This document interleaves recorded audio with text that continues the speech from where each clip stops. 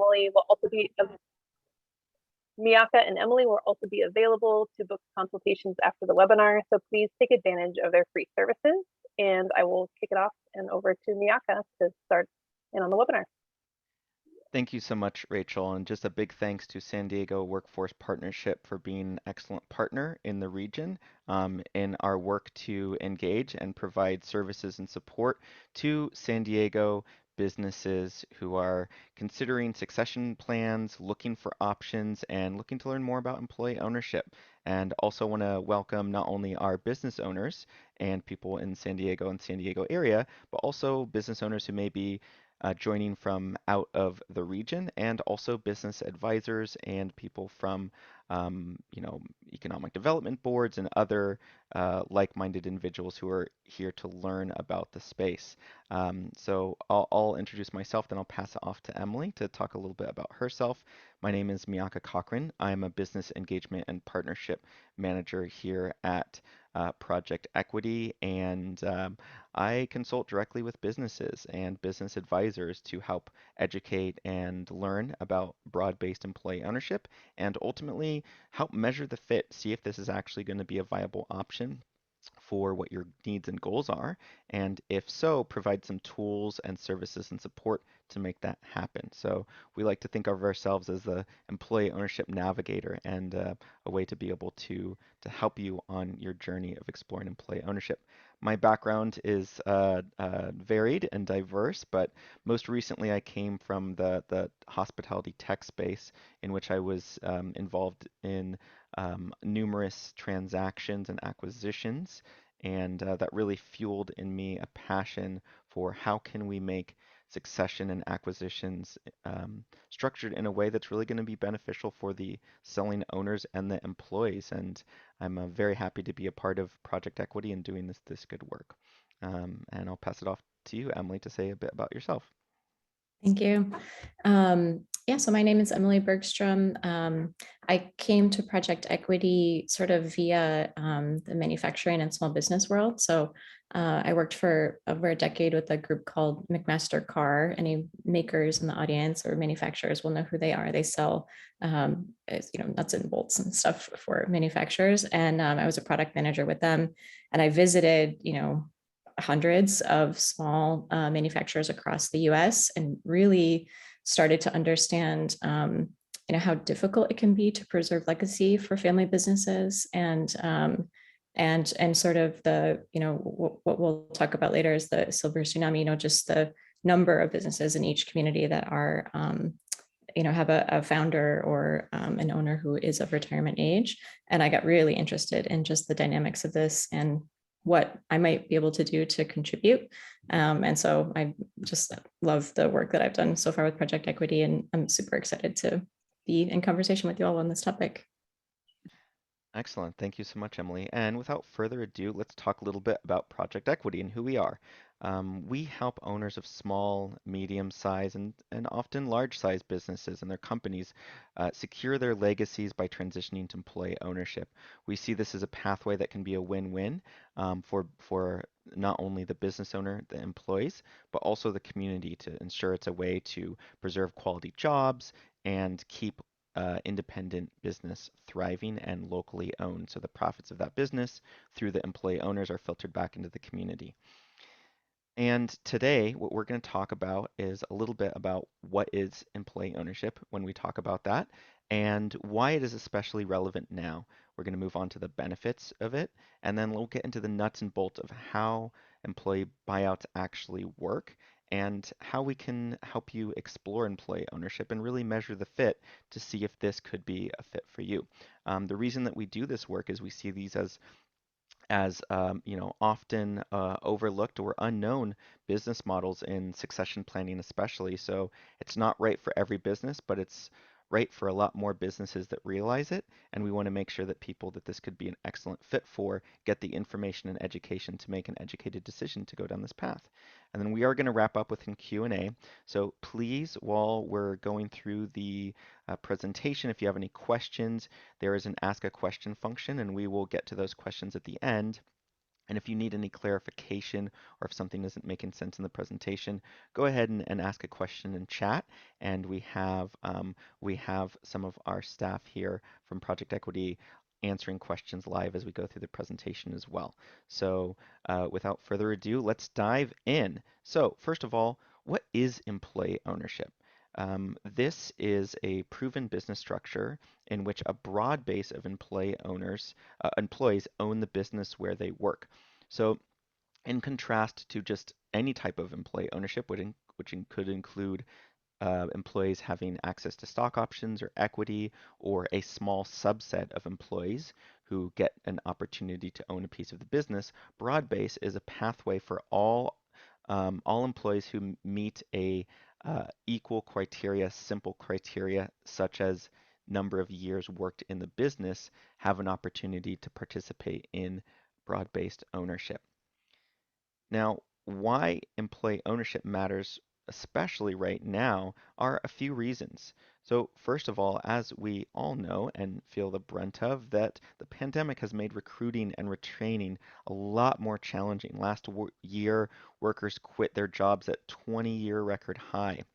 And we're really seeing business is fight over employee bases. And so you'll see employees, jumping ship to go to another company for a relatively small wage sometimes, even a 50-cent wage, and they could have been there for many years, which makes it very difficult for the business and the management and owners to really maintain continuity and institutional knowledge that may have developed from seasoned employees. If we kind of snapshot specifically of August in 2021, there was 74% more active job postings online across the US than in pre-COVID. So really huge shifts there. And in terms of a recent report as well, 27% of small businesses actually plan to increase employment, yet nearly half had unfulfilled jobs. Now, a couple recent facts about employee ownership. If you look at CFOs, about 63% of them say that employee turnover has increased in the last 3 years. The cost of replacing a worker can be as much as a third of their annual pay. That can be very expensive if you have a high turnover rate. In addition to that, 94% of employees would stay at their current employer if they invested in their long-term learning. What this shows is you see a desire for a lot of employees who are hungry for more, not necessarily only more compensation, but more opportunity to learn, to grow, to really dig into the job that they may already have an affinity for and feel like they want to be able to grow and make a home in a place that they work. The two crises on top of all of this. So we have, of course, the COVID-19 situation and the pandemic that's really hit a lot of industries really hard. There's also the silver tsunami, which is a term that has been coined for the amount of businesses and owned by the baby boomer generation. It's about 50% of job creating businesses are owned by people who are in retirement age or close to retirement age right now, and there's just not as many buyers. And so when you look at the actual rate, which we'll get into later, only really about a fifth of businesses that are seeking buyers ever find a buyer. But we'll get into some more data a little bit later. I'd love to pass it back over to Emily to talk about some specific examples of some success stories. We talked about sort of the scary situation that we are all in right now and the challenges we're dealing with, but let's talk about how some businesses have really been able to make it work. So Emily, why don't you take us from here? Yeah, sure thing. One point that I love to talk about, so my own family, I'm from Michigan, and sort of like everybody going back to my grandpa worked in the automotive industry. And the culture there is often very like worker owner, not getting along. And when I moved to Chicago and I started working at McMaster Carr, it was really surprising to me how on board everyone was together. McMaster Carr was a privately held company, and they had a profit sharing plan. And it was the first time that I saw sort of like ownership culture in action, myself. And there were all sorts of small things that were different about the way that the company ran, and they're qualities that you see in employee-owned companies all the time, where when people come to work, they feel like that is their space. At McMaster, they have this huge 1,000,000 square foot warehouse, and every employee, as they were walking around, if they saw a piece of paper on the ground, they would pick it up. When I would book my flights and things when I was traveling, I was economical because like we all understood that we had a piece of the company, and the better the company did, the better that we all did. And so I think that aligning incentives, this is sort of a thing that economists talk about, but aligning incentives is so important, and every small business owner understands that. And so to me, employee ownership is just a specific way of aligning incentives. And so we are starting with this story here from Chuck at Cal Solar. And there are lots of stories like this during the pandemic where here's this moment when everything is different, and there is a time that people can either kind of check out or really show up. And in conversation with folks at employee-owned companies, we've seen so many examples of times when the creativity and the grit really comes to bear, because everyone is at stake. Everyone understands the important role that they play in the company. So I won't read the quote. I'll let you guys take a look at that. But maybe just moving on, Yaka, to the next example. So Delta Pipeline, Craig is the grandson of the man who started this company. And, we have done interviews with him. And one of the things that he talked about, is like the culture of the company, as well as sort of the legacy. Companies, employee-owned companies oftentimes will have the opportunity to sell to a competitor or, someone else. And especially, I think, for folks like Craig, where there's this like family legacy, it was important to him that this company maintain its integrity and stay itself, even when he retired. And so they started out with a profit sharing plan. They did 10% profit sharing, I think, starting 10 years ago. They have a lot of other benefits, like Miyako was talking about, training and education for workers, just this whole culture of like, we want to invest in employees, we want employees to invest in the company. And in 2007, they became 100% ESOP. And,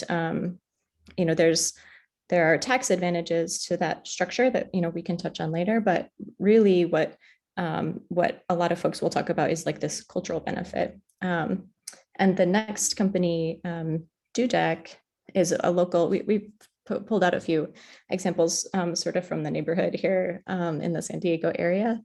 And this company was started by their founder 40 years ago. And I think about 20 years ago, 2003, they converted to, they like partially sold the company to the employees with a partial ESOP.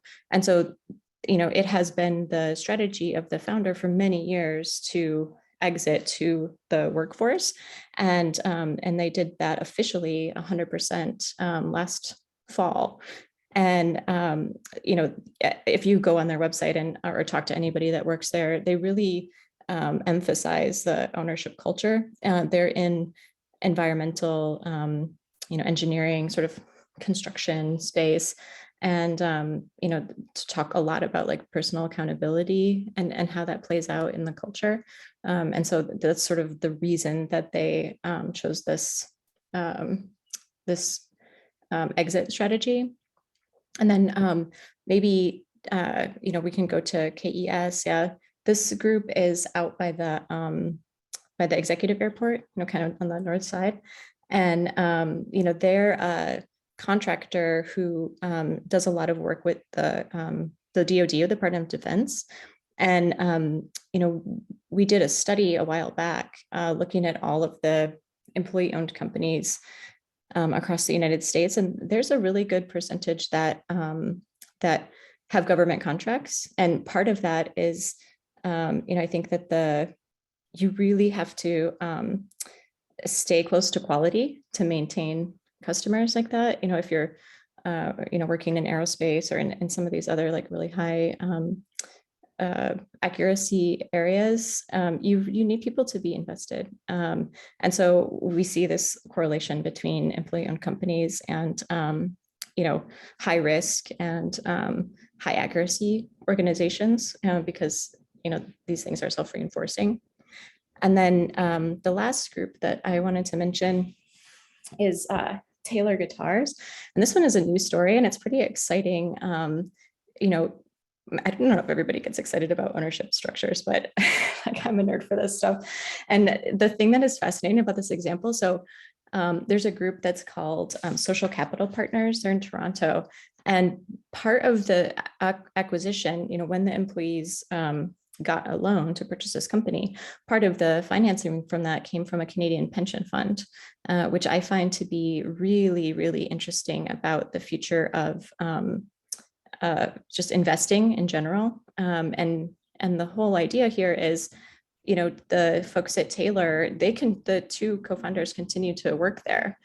This was not something that they did in order to retire. This is something that they did in order to preserve like the craftsmanship and the quality of the product that they were offering. And I think we're seeing more of this lately where there's this desire to preserve the values of the company, and people are using employee ownership models, whether it's an ESOP or an employee owned trust or a cooperative, to try to solidify that this is how we do things in this place. This is what is important to us. There's more than just, the bottom line at stake here. Like we're doing this work for a reason. It's valuable to us. And I think it's really exciting to me to see these innovations in financing that are coming about. And at Project Equity, we're also trying to sort of play our part in creating financing opportunities and to be on the forefront there. So I'll hand it back to you, Miyaka. Thanks.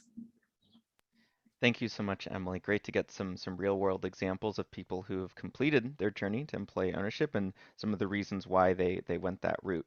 So let's talk about some of the benefits. Let's get into some tangible things of why these are good opportunities. So first of all, it creates stronger businesses and economies. So a lot of employee-owned businesses are able to actually have increase in profit margins, and this can be a combination of both um, some tax benefits that the new entities can take advantage of.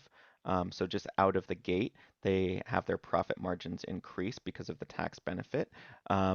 And also because, when you have a workforce that is highly engaged, there's a cultivated ownership mentality among the workforce. Really, that kind of translates into more opportunities to drive the business forward collectively rather than just having that drive from purely management or ownership. This then translates into increased sales and employment opportunities. So when compared against non-employee owned comparables, they grow about 2% faster per year. So it's very exciting stuff. And then when we're looking at the pandemic, employee-owned firms actually outperformed other firms by retaining jobs at a 4-to-1 rate during the pandemic. People stick with employee-owned companies. And for example, one of the examples that Emily gave, Cal Solar, the employees actually had to be furloughed during the pandemic, but they were employee owners and they came together around creating a new idea to create a new revenue stream for the business that not only got them back quicker to working, but also got them, to be able to hit their actual sales goal, their revenue goal for the end of the year. So really powerful example of what happens when you have that ownership mentality and a workforce who's deeply engaged in that business and really want to see it succeed. Fewer layoffs is a huge factor as well. So when you can see compared against non-employee owned companies, from 2002 all the way to 2014, you can see a really strong leverage here for employee-owned businesses. And then it really is a triple win. So we have benefits to business. You see higher productivity and growth, lower employee turnover as you see an engaged workforce who feels rewarded for their efforts through profit sharing, and then improved longevity and lasting legacy, where you actually see the data showing that these businesses tend to last longer and stay open longer than non-employee owned businesses. The benefits to workers are often the most known things about employee ownership, so better pay through profit sharing and benefits, assets, and business ownership, and they'll be able to have a voice in key decisions. It's not to say that everyone's going to be voting on everything. That's generally not going to be a good practice. You don't want to have everyone vote on what color coffee cup you have in the break room, but they can have influence either through an elected board of directors or other key advisory board through employee ownership so that you have employees have their voice filtered up and you can still have a strong management layer so you're not having everyone run everything. You still have a strong operational structure. And then the benefits to the communities is you see increased local spending. The additional profits from that business are filtered through the employees who then are spending in their communities and heightened civic engagement, and that translates to community wealth building. And now that we've talked about the reasons why we do this, why the benefit, what the benefits are, let's get into the nuts and bolts of how this thing actually works. If you're interested in this, what's actually going to happen in employee-owned transition and how do you prepare for it? So, how most of these deals are done is through what's called a leveraged buyout.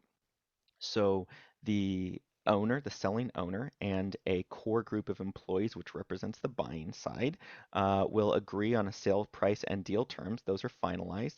Now, the transitioned employee-owned company, this new employee-owned entity, obtains a loan to functionally buy out the old entity, and that loan is paid off over time through future cash flow. This allows for, in almost all cases, no personal liabilities on the buying side so that employees are not having to come up with the capital or put up their house or other assets as collateral in the deal to make it work. The business and revenue of the business is the collateral. And in terms of the actual capital stack and the financing, generally the about 50 to 70% is going to be carried through bank lending. And we work with a lot of mission-driven funds, such as Mission-Driven Finance, which is a sponsor of ours and part of the work with San Diego Workforce Partnership and the work we do here, or other CDFIs, with a business owner doing an owner financing for a portion of it in the form of a seller's note. So the portion that's financed by the bank or lending institution will be the amount that the owner receives at the time of transaction. So let's say that at 70%, they get their check or deposit of 70% of the sales price, and the remaining 30% will be paid over on average a 5 to 7 year timeline. So they're getting the bulk of it up front and a portion over time.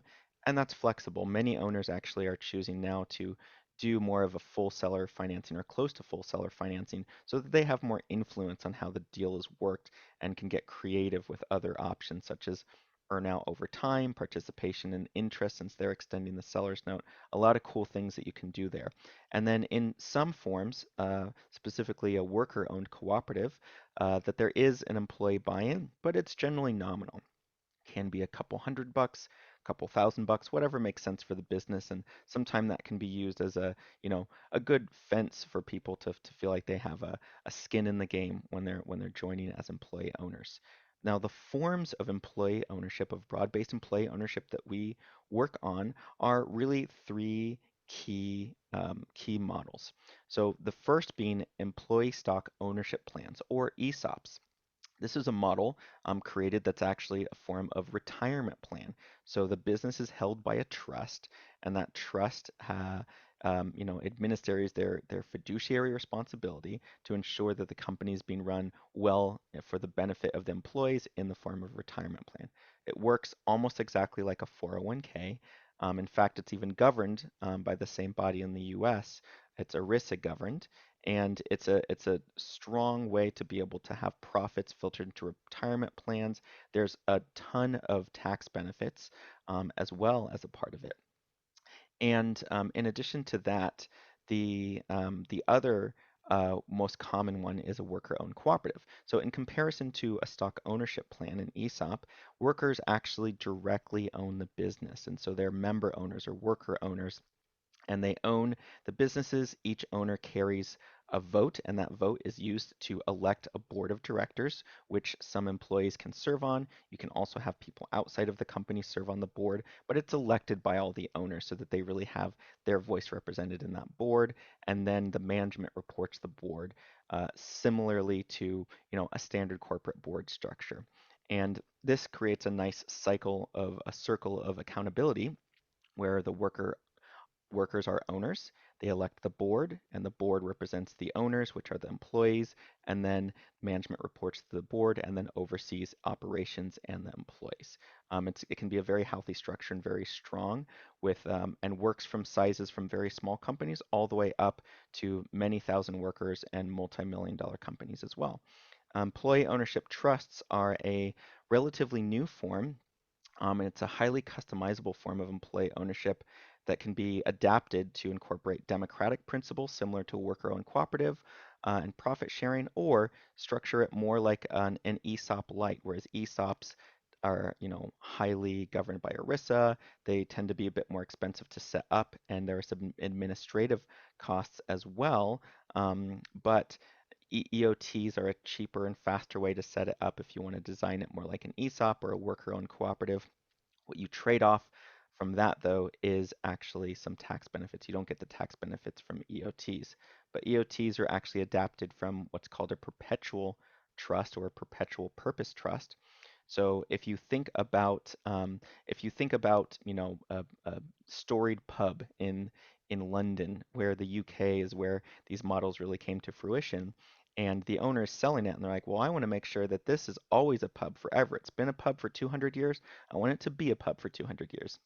And so they create the perpetual purpose trust, which prevents that pub from being further acquired in the future. And so what that means is that that trust is going to preserve the business, make sure it continues to serve the community, and that the employees are going to be able to benefit from the profit sharing. Now, we've shared a lot. There's been a lot of great information. So we want to shake things up a little bit and do a little bit of an employee ownership quiz. So let's see what you've picked up so far. Follow along. Feel free to pop your guesses into chat if you like, and let's see. So question 1, that is true or false. Selling to employees requires accepting a lower sales price. Is that true? Is that false? That is false. A fair sales price is established by debt capacity, just like a bank financed sale to an individual. This ensures that the business itself has a strong future and isn't saddled with too much debt, and that the owner is also getting rewarded for a fair value on this business based on what it can bear in the terms of paying off debt. Good job. I see 2 falses in there. Thank you for participating. Question number 2, the employees are going to have to foot the bill. Are the employees going to have to come up with the capital to purchase this business? Is that true? Is that false? Oh, good. I see you've been paying attention. Yes, of course, that is also false. Employees are not obligated to finance the transaction. Of course, they can if they would like to, but it's usually completed through a leveraged buyout with, again, the business taking out a loan to service over future revenue to pay off the debt to buy out the owner. Now, question number 3, true or false? Owners can remain involved in strategic direction after they sell. Can owners remain? Can they remain in leadership? Can they remain in a strategic position? Of course they can. Absolutely, that's true. Selling owners have many options to stay involved, from continuing to be an employee owner in their same role to taking more of an advisory role or a spot on the board. We've had one owner recently who came to us and said, honestly, I want to sell, I want to pass off the keys for management, and I just want to get back to selling. That's what I started in. I love sales. I don't get to do enough sales, and I just want to do the rest of my 5 years here before I retire just being a salesperson, an employee owner, and they are able to do that. So there's a lot of flexible options there. And last but certainly not least, question number 4, true or false? All employees will be managing the business equally. So now that the employee owners have taken over the business and own the business, they will all be managing it equally. That is false. So you still want to have a management layer in place to ensure robust operational structure. If you have a successful business, you don't necessarily want to change everything overnight. There are, of course, opportunities to enhance and build upon that employee ownership structure and do practices such as open book management, employee advisory boards, tiger teams, as they call, to kind of go and problem solve certain areas of the business. There's lots of fun things that you can do, but you still want to have a robust management structure in place to ensure that the business runs smoothly and you're not slowed down by having to get everyone in the room to vote on every little thing, which doesn't work for most businesses. Some make it work, and hey, power to you if you can. So thank you. I appreciate all the participation. You guys are clearly paying attention because I'm seeing a lot of correct answers there. So thank you. Now, you've learned about how it works, what are the benefits, and why we do this work. So maybe you want to learn a little bit about what would the next steps be. If you're interested in learning more or seriously considering, what do we do? So here's a little bit about our transition process from soup to nuts. So let's go through it. Number one is exploration. Are you curious about employee ownership and how it can fit your needs? Are you seriously wanting to evaluate this option? We start with our consultation. These are free services funded in part by our work with wonderful organizations nationally and locally. And what we do is we're going to run you through a series of questions, really get to know the specific needs of your business and what your goals are as a business owner, and how that may fit. We then do some light financial analysis to be able to estimate viability. And if it seems viable and this is likely to meet your needs, we'll recommend a feasibility study. Now, a feasibility study is a deep dive. It's a 3 to 4 month process where we work through 3 work streams. So first of all, we come up with a range of sales prices by doing a debt capacity analysis. So we do a deep dive on financial projections. What's it likely to do in the future? Best case scenario, worst case scenario, most likely case scenario. And through that financial analysis, we come up with a range of recommended sales prices based on different financing scenarios. So maybe for you as an owner, you're like, well, what would it look like if I did 70% employee or 70% seller financing versus, maybe I do all seller financing, or maybe I do only the minimum 20, 25%. And that will really influence sort of the different financing scenarios. So you really have a clear understanding and a point for if you go in the transition, a negotiation point between you and the employees who will ultimately come to an agreement on the sales price. Now, for the transition as well, once you've gotten to that point and you have this straw model, you'll have the financial analysis. We'll also do employee engagement to do training on Employee Ownership 101, gauge interest, and outline the management needs. At that point, once you have your straw model and everyone has enough information on a decision point whether or not to move forward, then for a transition, we can move into transition phase. We'll offer you a full plan for transition. And at that point, we'll actually design and implement, continuing on those 3 work streams. So financial development, and sales price, management transition as needed, and employee engagement and training. And then from there, that takes approximately 9 months, can take, longer. The pace of that is really going to be driven by the selling owner and the business and, how you want to do that. And we can have some flexibility in terms of how that is timed. And so sometimes we need to do the actual legal transaction sooner and we do the actual structure building of a cooperative or an ESOP as we go, or vice versa, where we actually do training and kind of design first and we push back the selling date a little bit later as well. So there's some flexibility in that. Now, at the end of that process, we have the lawyers and CPAs to come in and close the deal, make sure all the I's are dotted and the T's are crossed. And at that point, the amount that has been financed through a financial institution is paid to the owner, and then the owner also knows what percentage they're participating in the seller financing and what that payment timing will be. Post-transaction, one of the unique things that Project Equity offers is our Thrive program. So we'll actually stay with the business for up to 2 years for additional support and guidance. So this is very bespoke and depends on the need of the individual business. This can be further training and development of the employee base, participation in board meetings as a new board is stood up, new employee onboarding, first distributions, and things like that. So it really depends on the need. Um, and I want to take a moment here to kind of take a step back and say, so really think about it in four businesses. We have, or sorry, four stages. We have exploration. Let's figure out if this is a fit. Is it likely to fit your goals? Okay, you're serious about it. Let's get into a feasibility, do a deep dive, get to the decision point so that you don't start getting into the position where you're starting to, do a transition and change your mind. We really want to make sure that everyone has the information to make an educated and informed decision and know exactly what the future is going to look like with this transaction. Then we do the transition, design, implementation. Let's build a strong path forward for the business and make sure that everything is in order for the owner to get paid in the way that they've negotiated. And then finally, let's stick around with that business and let's support it for its first inaugural couple years of time.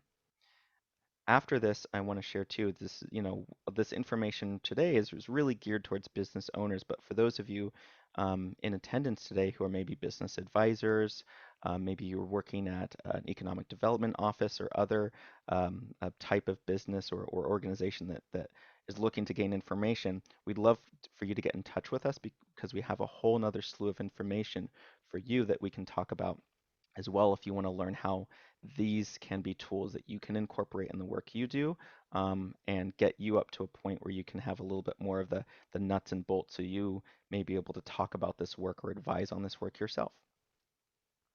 Now, I want to do a double click quickly on the feasibility. So we talk about this feasibility phase. That's where we conduct a debt capacity analysis to establish the business sale viability and a range of sales prices or sale price ceiling of what's the most that the business can bear in terms of a sales price and debt service. Let's support that initial employee engagement, gauge interest, surface concerns, and really give the selling owner a clear picture of how the employees feel about this, including some training to get them the important information to really know what this is going to be like. And then we want to understand any possible future management scenarios. Are you an operationally heavy owner? Do you need to find replacement? Is that internal? Is that external? Is it a mixture of both? We're just kind of outline those needs to make sure that that's really clear. And then package this all up in a straw model of employee ownership so you can see the future of the business and what it would look like as an employee-owned entity, know what the sales price can be, and what the employees think about this and how enthusiastic they are. And you don't need 100% participation to start employee-owned business too. Employees can opt out in most scenarios, so you don't need an all-in situation for the employees to be able to move forward with this. In terms of the readiness factor, so if you're looking at this and saying, okay, what you need to do to be able to be really ready for this to be viable. First of all, we want to see profitability. Is it in good financial health for the past 5 years? Are there 2, 3 years of profitability? Is it fully profitable? That's something important. Is it a stable size? Do you have enough employees for this to make sense and make it work? Is there a strong team of a core group of experienced team members? And these don't have to all be management. It can be a mixture of people from different positions, but a core group that you see as sort of a founding team of employee owners. And is there a proven track record? Has the business been established with enough years of experience that it shows some financial viability? There are ways that you can establish obviously a new cooperative or a new ESOP from its foundation. But for transitions, generally we want to see, at least 5 years, if not 10 or more years. But if you are still early on, you also can start to learn about this and plot the course. We do see businesses who they found as an LLC or an S Corp or something similar, and they know that eventually they want to actually transition to a cooperative or other model, but they want to start out in a differently owned business model. And you can also start to plot your path and get ready for the future if that's the future you want for your business. Now, selling a business isn't easy.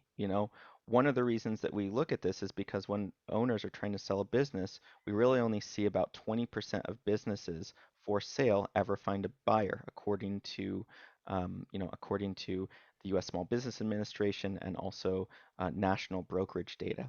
only 15% transition with families. This is way down than what it used to be, because that was one of the biggest ways to transition businesses is, the son or daughter or niece or nephew or cousin, younger cousin, take over the business as the retiring owner gets to an age where they want to, pass on the torch. So what this all translates into is about 1 in 5 businesses are at risk of closing, and that's why we exist. We want to prevent that. We want to see strong businesses that maybe don't have a great owner or want to really see the benefits unlocked of this, be able to have a path forward. And when you compare this against other options, one of the reasons that we see this as very strongly is it really ticks all the boxes. It's a great way to preserve legacy. You can, get a fair value for your business. There are potential tax benefits as well, depending on the model of your business. And it's a great way to retain the employees. And when you're selling to an acquisition, a lot of these are unknown points. You don't necessarily know what's going to happen, what the future owner is going to do with the business. Are they going to retain employees? What they're going to do. And a lot can be stated in negotiations, but as I've seen firsthand, what's stated and sort of the promises that are delivered verbally don't always come to fruition. And that's something that can be a risk in selling to a private buyer. And while selling to family members is a fantastic way to preserve the legacy, can't always necessarily get market value or fair value for that. And there are not necessarily tax benefits. And the retention of employees can be a question mark, where we actually see a number of businesses where you have, a relative who wants to continue to be a leader in the business and maybe be a partial owner choosing this route. And so, there are ways that you can also sell potentially 70% of your business to your employees and retain 30% to pass on through your, through a child or through another relative. And so wrapping up with a few last couple bits of information, we are going to get into the Q&A. There's some fantastic questions in here, so please stick around so I will get to all of them, and we can also open it up for more specifics if anybody has a specific question they would like to present about their business or situation. Happy to answer that. But let me pass it back to Emily for a moment to talk about our fund and capital. Yeah, so we're trying to be pioneers in the industry, providing financing, mezzanine debt, other types of things for businesses. One of the things that's super exciting that we have right now, like we're currently accepting applications, is forgivable loans.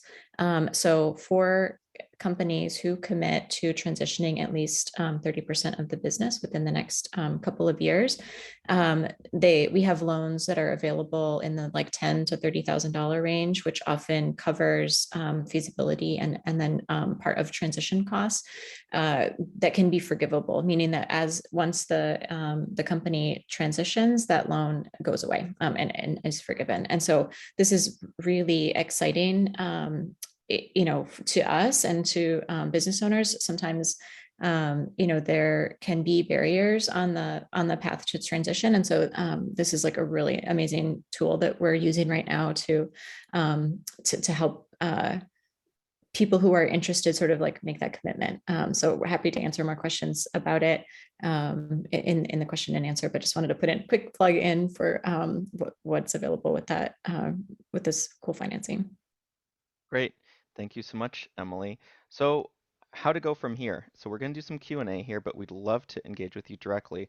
Our consultation services, that whole first phase of our 4 phases, is completely free. Our free consultation services, we do them in a call. We can also do a Zoom video chat if you like. And this is really the time to get to know your specifics of the business that you want to get feedback on. And it's great for people who just want general info, follow-ups, kind of revisiting some of the information we saw here, all the way to people who are very serious about this. So anywhere on the spectrum you are in terms of your interest in employee ownership, we're more than happy to speak with you. There is a link that's on the screen. We'll be sharing that afterwards as well for you to sign up for a free consultation. And then I will also share my own direct booking link as well for people who would like to reserve some time specifically with me, as I am overseeing specifically our outreach and engagement in the San Diego area. And now let's get in touch. So here's additionally my email address. and there is my direct booking link. So if you want to book a call, a video chat, feel free to do so. I look forward to speaking with you. And as I mentioned before, too, if you're not a business owner, we'd love to speak with you too. We do a lot of work with business advisors, professionals in different industries and organizations, and there's a whole slew of other work that we do that's not in this presentation that we'd love to share with you. So please get in touch if you're, a business broker, business advisor, succession planner, you know, economic development, city office worker, anything you want. Happy to chat with you and looking forward to it. So without further ado, let's get into Q&A. So I'm going to stop sharing my screen so we get our faces back here. Emily and I will take questions from the audience. I'm going to look at